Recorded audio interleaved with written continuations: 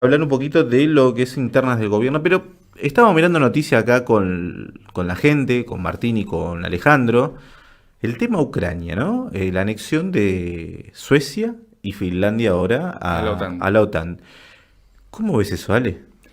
Mira, voy a hacer un análisis muy cortito, Por favor. pero es un análisis muy cortito, pero necesario, me parece, para, fijar una postura, porque la verdad que uno hablando con diferentes compañeros, con diferentes camaradas, es como que hay un ruido, digamos, que hay gente que está muy fanatizada con Rusia y otra que está muy fanatizada con Ucrania. Y nosotros en realidad sostenemos una postura que es la postura histórica del nacionalismo, es tercera posición o sinarquía. A ver, uno no se puede enamorar ni del gobierno de Ucrania ni del gobierno de Rusia. Me parece que hay que analizar el conflicto en tres etapas distintas. O sea, el origen del conflicto, el desarrollo del conflicto y las consecuencias del conflicto.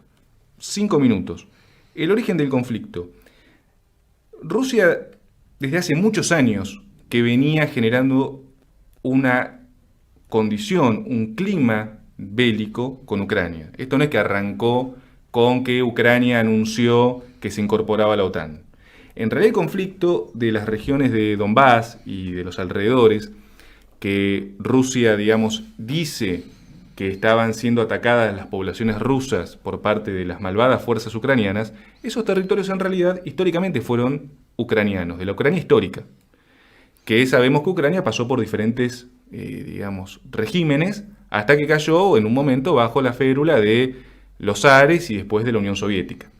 Pero esa región siempre fue históricamente, étnicamente, culturalmente ucraniana. Lo que hizo Rusia a partir de los zares, o sea, fines del siglo XIX, y profundizado por Stalin, que era un maestro para hacer esas cosas, hizo movimientos poblacionales e injertó en territorio ucraniano población rusa, para justamente generar a futuro esta cuestión de una reivindicación de un espacio supuestamente ucraniano, pero étnicamente ruso, y pretender que esa región pase a ser rusa. Esta técnica es una técnica histórica que la aplicaban los romanos hace 3000 años y que la perfeccionaron los anglosajones. Porque si ustedes se fijan en la historia, cuando Inglaterra vio que Irlanda se le estaba yendo de mano, ya no tenían cómo contener, dijeron, bueno, magnífico, empecemos a mandar colonos ingleses a territorio irlandés. Y un día cuando los irlandeses dijeron, estamos listos para ser independientes, y Inglaterra dijo, no, pero acá hay gente que no quiere ser irlandesa. ¿Y que inventaron? Irlanda del Norte. Lo mismo hizo Estados Unidos con México México. y le quitó Texas, porque Texas era un territorio mexicano, hasta que avanzaron simpáticos colonos yanquis que se fueron metiendo en Texas. Un día los colonos dijeron, che, la verdad que México es un desastre, crearon la República de Texas. Y un día la República de Texas en 1845 dijo, la verdad que nos sentimos bien, nos vamos a asociar a Estados Unidos. Un Y estado más. un estado más. Y con los años, o casualidad, Texas, que era súper pobre, pasó a ser súper rica porque encontraron petróleo. ¿No? Todo casual, todo Todo esto fue casual. casual, todo casual. Lo de Rusia es un poquito más infantil, porque lo de Rusia es claramente una política de injertar población ajena en un territorio nacional.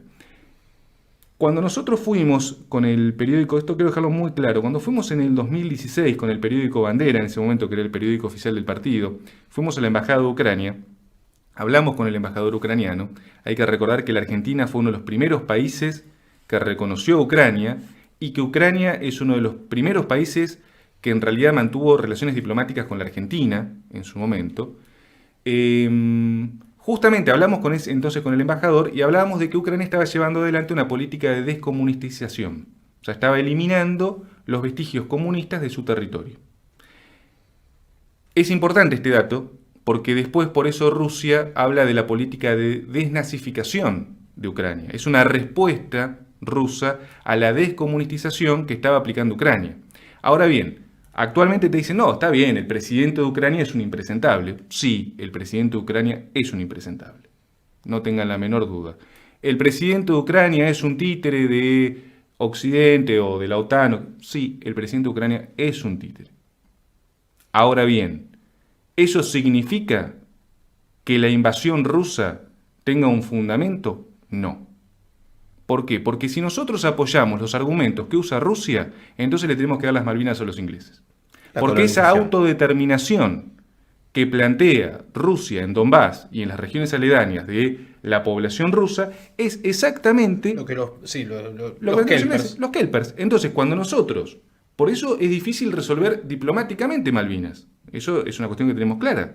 Porque cuando la Argentina esté cerca de recuperar Malvinas por la vía diplomática, un día los ingleses van a decir, no, pero hay un problema. Hay 3.000 tipos que no quieren ser argentinos.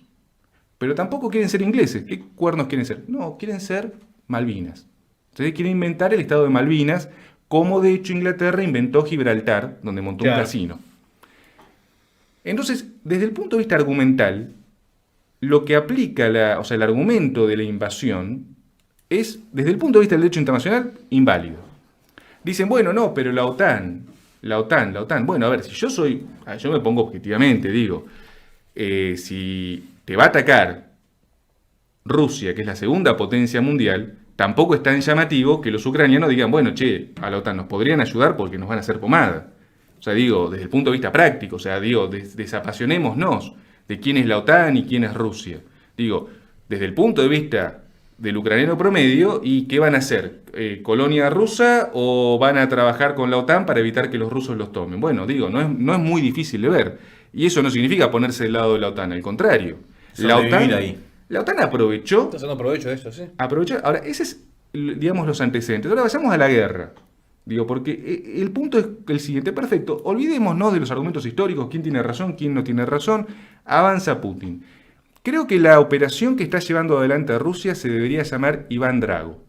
¿Por qué? Por dos razones. Una, porque vieron cómo era Iván Drago en Rocky, que era un rubio gigante que parecía que iba a matar a Rocky y después termina cayendo, sangrando, etcétera, etcétera. Puro humo. Bueno, el ejército ruso hasta ahora es puro humo. Es Iván Drago, parece gigante y la verdad es un gigante con pies de barro. Pero además es Iván Drago porque se quedó en el año 86. Las técnicas que está usando Rusia no se usan más desde la Guerra Fría. Es decir, de hecho, en la guerra del 2020 entre Armenia y Azerbaiyán usaban drones, usaban satélites. Parece que el generalato ruso no se enteró de eso y está peleando como peleaban contra Rambo en Rambo 3. Y le fue mal. La gente anda en BMW y ellos andan en Lada todavía. Es que la verdad que la guerra... A ver, vamos a ser claros. Digo, desde el punto de vista objetivo, ¿vos querés ganar la guerra? Fácil. Tomás la capital, Kiev o Kiev, como le guste decirlo, tomás prisionero al gabinete ucraniano, lo llevas a Moscú, lo juzgás por traición, lo metés en una cárcel en Siberia y se acabó la guerra. Claro. ¿Qué hizo Putin? Empezó que invado acá, que invado allá, operaciones quirúrgicas que después no eran de quirúrgica, eran de matasanos, o sea, un desastre. Después sí, obviamente, le dio tanto tiempo a los ucranianos que los ucranianos empezaron a contraatacar. Y claro, empezaron a recibir recursos y siguieron contraatacando. Entonces ahora Rusia hace retiros tácticos. Del punto de vista del fanático, porque esto es como, yo veo que el fanático de Rusia es como el fanático de las criptomonedas, ¿no? Sí, vos al de criptomoneda decís, es una estafa. No, no es una estafa, pero acabas de perder la mitad de tu fortuna porque salió un tuit de Elon Musk y te quedaste sin plata. No, pero me voy a recuperar. Esto es lo mismo. Rusia le está perdiendo la guerra. No está perdiendo la guerra, la está ganando moralmente. No, no está ganando moralmente. Está perdiendo la guerra. A ver, si vos sos la segunda potencia del mundo y vas a pelear contra el Uruguay de Europa y el Uruguay de Europa te hace fuerza y te termina expulsando, bueno, no estás ganando la guerra. Claramente. O sea, digo, esto es objetivo, digo, después 2 más 2 es 4. Más allá de los argumentos, o sea, digo, Putin tuvo la oportunidad de demostrar su poderío. Está claro, digo, para analizar un poquito el contexto de Rusia, hubo 2 milagros económicos, 3 milagros económicos entre los 90 y los 2000. El milagro ruso, el milagro chino y el milagro indio. Son 3 estados que de alguna u otra forma resucitaron. En el caso chino y en el caso indio, resucitaron a través de su industrialización. En el caso chino, a través de la mano de obra esclava, es una cárcel gigante a cielo abierto, usó a sus 1.500 millones de esclavos, los metió en la industria y empezó a copiar cuanta patente hubiera y empezó a fabricar después de las copias de patente, empezó a crecer, a crecer, a crecer y China se convirtió en una potencia. Ojo, también China invierte el 11% de su PBI en educación. Ojo. India... Es el 11%. El 11%. India aplicó un camino similar sin esclavizar a la gente, pero usó su mano de obra, su potencia, se educó. De India salen 200 o 300 mil ingenieros informáticos por año, y es una potencia. El caso ruso, ¿cómo se recuperó la Rusia después de la Unión Soviética? Y el caso ruso es un caso particular porque apeló a la mafia. ¿Cómo apeló a la mafia? Bueno, antes en la Unión Soviética existía la nomenclatura, como se le decía, que era, digamos, la oligarquía del Partido Comunista, que era la que gobernaba. La nomenclatura se recicló en lo que llamamos los oligarcas.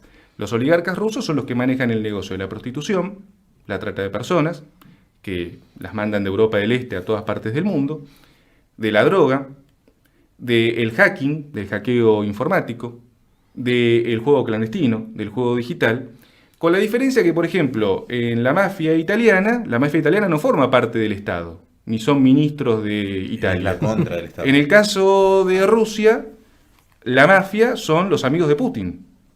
Entonces, el milagro ruso no es tal milagro. Rusia simplemente vive de la parte clandestina de la economía. O sea, el mercado negro ruso es un pozo de petróleo para ellos. Es un pozo de petróleo, sumado sí evidentemente a una fortaleza que ellos tienen, que es su petróleo y su gas, que se lo venden a Europa y que Europa hasta ahora dependía de eso. Pero el problema estratégico de la supervivencia de Rusia siempre fue la falta de riqueza en su suelo. Esa riqueza la tiene Ucrania. Claro. Ustedes saben que Ucrania tiene una de las tierras más ricas del mundo. Sí, sí. Más sí, fértiles. sí, totalmente. Ahora bien, la operación Iván Drago está saliendo mal, ¿no? O sea, Iván Drago se está cayendo. El monstruo que parecía que iba a comerse a los chicos crudos se está cayendo. A su vez, un presidente payaso, idiota, estúpido, impresentable, y todos los epítetos que usted le quiera decir, como el ucraniano, terminó siendo de un payaso y un idiota, lo que terminó convirtiendo poco menos en un héroe de guerra. Un redentor en este momento. Es un actor. A ver, el tipo, o sea, está perdiendo contra Chaplin. Putin. Es la realidad. Está perdiendo contra un tipo que es un... Era un comediante. Es un comediante. ¿no? Sí, sí. Literal. Literal. ¿Y cuál es la consecuencia de esta guerra? La consecuencia la estamos viendo ahora, porque digo, si la consecuencia era luchar contra la OTAN, bueno, señores, Putin es el mejor amigo de la OTAN. Le acaba de ceder 2 grandes socios, Suecia y Finlandia. Le acaba de dar 1.300 kilómetros de frontera con Rusia nuevos. Le acaba de ceder un socio como Suecia, que tiene fábrica de aviones, de tanques, de armas. Un socio como Finlandia, que es estratégico para avanzar sobre Eurasia. Acaba de fortalecer a un socio menor, que era Ucrania. Lo llenó de armas para contener a Rusia. Acaba incluso de arrojar a los brazos de la OTAN y de la política atlantista a Polonia y a Hungría, que no tienen margen, porque Polonia y Hungría tienen una postura mucho más lejana a la OTAN, y por una cuestión política los presidentes de esos países se tuvieron que acercar a la OTAN. Resucitaron a Venezuela. Ahora Maduro está festejando porque está vendiendo petróleo a lo pavo, a los yanquis y a los europeos, porque claro, para cortar con la dependencia de Rusia, ¿a quién van a ir? A Venezuela. ¿Y a quién más? A las naciones árabes que son pro-israelíes. O sea que en definitiva le hicieron un negocio a Venezuela, a las naciones árabes pro-israelíes, a la OTAN. O sea, se pegaron un tiro en el pie, literalmente. Exacto, esa es la consecuencia de esta guerra. Y por supuesto la última consecuencia de esta guerra, que es la más nefasta a mediano plazo, es el ascenso final de potencia en Asia de China. Que China lo está mirando de costado como diciendo, oh, mira, este tipo no sabe planificar ni el almuerzo. Ahí está, se hundió Putin en el medio de una guerra absolutamente ridícula. A ver, porque las operaciones quirúrgicas, por lo menos los yanquis, qué sé yo, fueron contra Irak, fueron contra otro, bueno, algo hicieron.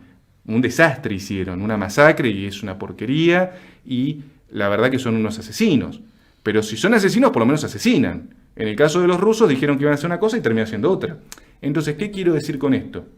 Fijémonos muchas veces las posturas. Nosotros no podemos estar ni a favor ni de este presidente títere de Ucrania, pero tampoco a favor de Rusia. Y otra cosa, no nos olvidemos que en Rusia, hace unos años atrás, era muy común ver unos videos de discursos de Putin y abajo aparecían unos subtitulados y uno decía, no sé, uno veía, ¿no?, un discurso de Putin en la Plaza Roja. Y abajo decía, no, porque hay que defender la familia y no sé cuántas cosas, la religión. No decía, qué discurso espectacular. Acá está en ruso y no entiende un pomo del ruso y diría, qué bárbaro. Después uno le preguntaba a uno que habla en ruso, no, estaba hablando que fue hoy a tomar un café, que va a poner más aviones. No tenía nada que ver el subtítulo que se vendía con el discurso. Como la gente no sabía ruso, no sabía lo que estaba diciendo Putin. Entonces uno decía, che, qué líder importante. No, era una mentira. Era propaganda rusa para venderle a los latinoamericanos que Putin era un líder de la familia y todo eso. Tengamos presente esto. Hoy en Rusia se están ejecutando 1 millón de abortos por año. Ese 1 millón de abortos por año se viene ejecutando desde la época de los bolcheviques. Es parte de una agenda muy grande. Es parte de la agenda. Lo que hace Putin... A ver, Putin formó parte del G20. Claro. Putin se reúne, le pidió disculpas Exacto. a Israel. Públicamente, encima. Putin acaba de venir de festejar de vuelta el día de la victoria, como le dicen ellos, que es el día de la victoria en la Segunda Guerra Mundial, el día donde se impuso el nuevo orden mundial. Y él lo celebra, digamos, festivamente con las banderas comunistas y con los que defienden todavía a Lenin, que son pocos, pero andan dando vuelta por ahí.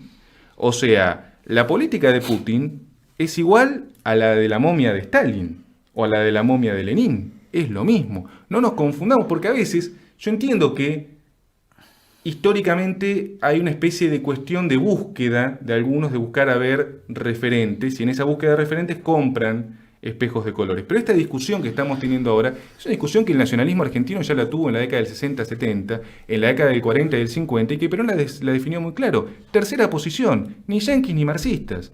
Entonces, no tenemos que estar ni con la OTAN, ni tampoco con este tema de los rusos, los chinos. ¿Desde cuándo Rusia y China representan los valores de la libertad tal cual entendemos los nacionalistas sociales argentinos? Pues fíjate, ¿no? O sea, si lo tenemos que traspolar en el lenguaje simple para que la gente lo entienda y lo impacte, en realidad son parte de los aliados. Exactamente. Son los aliados reciclados en distintas dicotomías internas, pero siguen siendo exactamente lo Fueron mismo. los ganadores, así que. Fueron los ganadores. O sea, ahí el está. Consejo de Seguridad está integrado por Rusia también, ¿eh? Y cuando dicen, no, pero Ucrania votó en contra de Argentina en Malvinas, sí, es verdad, es verdad. Totalmente. El gobierno ucraniano lo hizo. También la Argentina hace grandes calamidades cuando va a la ONU. Vota muchas veces en contra de los intereses de Palestina, en contra de los intereses de Siria, Totalmente. en contra de los intereses de Irán. ¿Y eso qué nos convierte? ¿En qué? Amadores de cosas, no, para nada. No, a ver, son los gobiernos, no nos confundamos. Y en el caso de Rusia, a veces cuando ha hecho Alaraca, no nos olvidemos que Malvinas, sí es verdad, la Argentina utilizó un poquito de la ayuda que daban los rusos para poder combatir. También utilizó la ayuda de los franceses. Sí, pero no estamos siendo objetivos en lo absoluto. En absoluto. Así que... Por eso digo, o sea, en una guerra vos usás los recursos. O sea, la Argentina usó recursos. Un gobierno militar que no era comunista supo utilizar en ese momento. Bueno, es la misma postura que lamentablemente, nos guste o no, se tuvo acá en el tema ucraniano. Ahora bien, por eso digo, no es defender bajo ningún punto al gobierno ucraniano, pero tampoco podemos defender el genocidio de un pueblo. Tampoco nos podemos olvidar que Rusia nunca pagó por los crímenes que cometió. Jamás, y tiene Rusia millones. mató a decenas de millones de personas y nunca un oficial ruso fue juzgado. Tampoco podemos olvidar los crímenes que cometió en Hungría, en Polonia, en toda Europa del Este, los países bálticos, las millones y millones de personas que murieron en los gulags. O sea que, ¿nos olvidamos de qué hicieron? ¿Nos olvidamos de que justamente en el Día de la Victoria se reivindica el genocidio que hizo Rusia, los desastres que hizo tanto en Roma como en Berlín, en Dresde, las masacres que cometió? Digo, no nos olvidemos de eso, no nos olvidemos de lo que hizo Rusia en África, no nos olvidemos de cómo atacó Rusia a Latinoamérica, no nos olvidemos que Rusia financió a los montoneros. Digo, parece que nos olvidamos de todo eso y que ahora tomamos al libro cerrado, no, está bien, la verdad que Putin, ex agente de la KGB, es un tipazo. No, no es un tipazo, es parte del sistema. Y no llegó y no está ahí por obra y gracia de Dios. Está ahí por obra y gracia de un grupo de mafiosos, que es la oligarquía, que está trabajando con el nuevo orden mundial. Digo, porque la Agenda 2030 también se nutre de toda esta gente. Y parte principalmente de ahí también. Totalmente, necesitan esa financiación negro, en blanco, todo para poder solventarse en las políticas. Eso Magistral. es claro. Eso es claro. Mirá, Ale, coincido con el análisis que haces, la visión.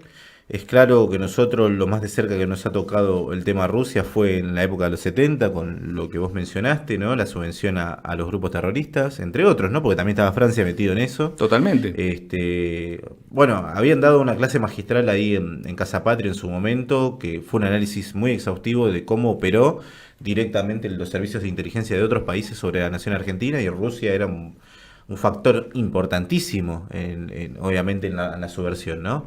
Digo, el Che Guevara estuvo en Moscú. Sí. Digo, el castrismo se hizo fuerte. Digo, ¿cómo sobrevivió el régimen cubano? ¿Y de dónde? Y el régimen cubano sobrevivió gracias a Rusia. Y de hecho, de Cuba salieron todas las revoluciones y todos los grupos subversivos y toda la narcoguerrilla. Por eso digo, no nos confundamos, digo, porque a veces es como que interpretamos una parte del mundo y nos olvidamos de la otra parte del mundo. A ver, las dos son una porquería. Por eso decimos tercera posición. Eso lo tenemos muy claro. O sea, el nacionalismo lo tiene muy claro. Lo que pasa es que yo entiendo, reitero, que a veces uno se deja llevar por la pasión. Y obvio que, a ver, uno aborrece al gobierno inglés, sí. Aborrece a la OTAN, sí. Hicimos la guerra contra la OTAN, sí. Totalmente. Lo último que te cierro con esto. Si realmente le quieren declarar la guerra a la OTAN los rusos, bueno, que bombardeen Londres. No bombardeen Jersov y, no sé, esos pueblitos de Ucrania que los conoce Dios. Me enojo con vos y le pego al chico, ¿viste? Ataca Claro. Londres, ataca París. A ver, metete con el perro, no te metas con la pulga. Métete con el perro. ¿Querés declarar la guerra a la OTAN? Listo, atacá a esos países. Pero Y siempre demostrame fueron que amigos. realmente vas a atacar. Ucrania es una excusa, es la Serbia de la Primera Guerra Mundial. O sea, realmente, o sea, hay una alianza magistral, es como la pantomima de la Guerra Fría, ¿no? Hay una alianza magistral entre las potencias mundiales. Sabés que él fue, pero yo tengo una alianza con él, estratégica, que me unen en 2 guerras mundiales. Es exactamente eso, porque eso no se ataca a ningún país como Inglaterra, o ponele, si lo querés decir, como Francia, porque hay una alianza estratégica en todo esto. O sea, somos hermanos hasta que nos moramos, porque estuvimos juntos en dos conflictos y nos hicimos de alguien o de algunos que nos estaba molestando. Es exactamente lo mismo. Yo creo que, bueno, nada, tenemos esa confusión interna porque no vemos en realidad en todo el bosque, estamos mirando solamente nada, la banalidad que te muestran en la tele, y se hace un análisis sobre eso, que un análisis imperfecto. No es cultural y no es político o histórico de ciertas cuestiones, por eso quizás una opinión se vuelque para un lado o se vuelque para el otro, hablando directamente en la nacionalidad, ¿no? Hay mucho más allá, o sea, claramente, si vos ves... A ver, los actos malos son actos malos. No importa por la razón, siguen siendo actos malos. Entonces, decir no, porque me parece que Putin está haciendo lo correcto, sigue siendo un acto malo. Pero por eso vuelvo a decir, si ¿Me nosotros, entendés? Sí, siendo un acto podemos, malo. o sea, no podemos fundamentar, o no podemos, digamos, justificar una cuestión que es pegarse un tiro en el pie, digo desde el derecho internacional, Sí. que es algo, o sea, nosotros como Estado, como Argentina, como nación, tenemos que pararnos ante el mundo, no como un chico que, digamos, mira entusiasmado una cosa a la otra. Vos tenés que ser un Estado, lo tenés que analizar, a ver, objetivamente, a los intereses argentinos, el argumento ruso, ¿lo beneficia o lo perjudica? No, lo perjudica. No podemos respaldar eso. Después está el tema de las sanciones económicas, que eso sí también uno lo condena. ¿Por qué? Porque en realidad las sanciones económicas van contra el pueblo ruso y no contra el gobierno ruso. Totalmente. Entonces, eso tampoco es aceptable. Convengamos en eso. Tampoco es aceptable. Pero vuelvo a decir, cuando la Argentina, yo lo manifesté hace un par de semanas atrás, cuando la Argentina le declaró la guerra a alguien, le declaró la guerra a Inglaterra.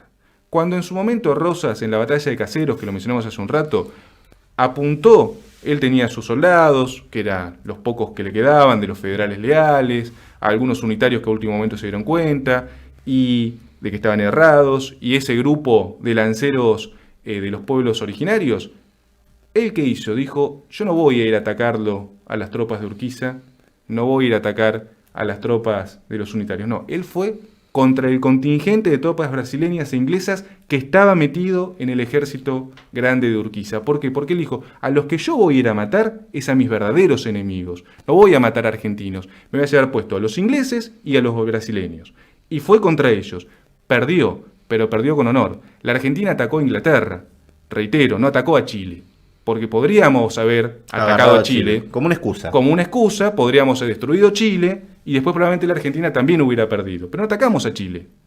No atacamos a Chile. Eso es una medida honorable. Es como los japoneses. Vas contra el verdadero enemigo. No vas contra el payaso que está ahí saltando. Lo que hizo Putin fue contra el payaso que está saltando. Sí, era evidente que era un payaso que estaba saltando, que decía sí, jajaja, Putin se reía, todo eso. Pero, a ver, digo, si lo quiero tomar a Putin, no como un líder de la Agenda 2030, que desde mi perspectiva lo es, sino como un líder confundido, digo, bueno, entonces cometió un gran error. Pero ese error le va a costar su gobierno, evidentemente. Y ese error, reitero, redunda en un gran sufrimiento para su pueblo. Por eso digo, la operación Iván Drago. Sí, sí, totalmente.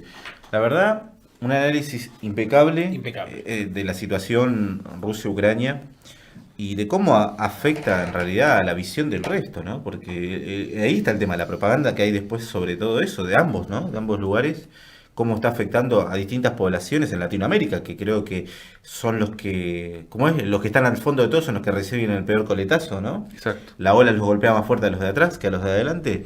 Creo que, bueno, nosotros, más allá de poner un montón de gente a opinar de distintas formas, lo que hace es segmentar quizás la visión clara de que siguen siendo enemigos igual, ¿me entendés?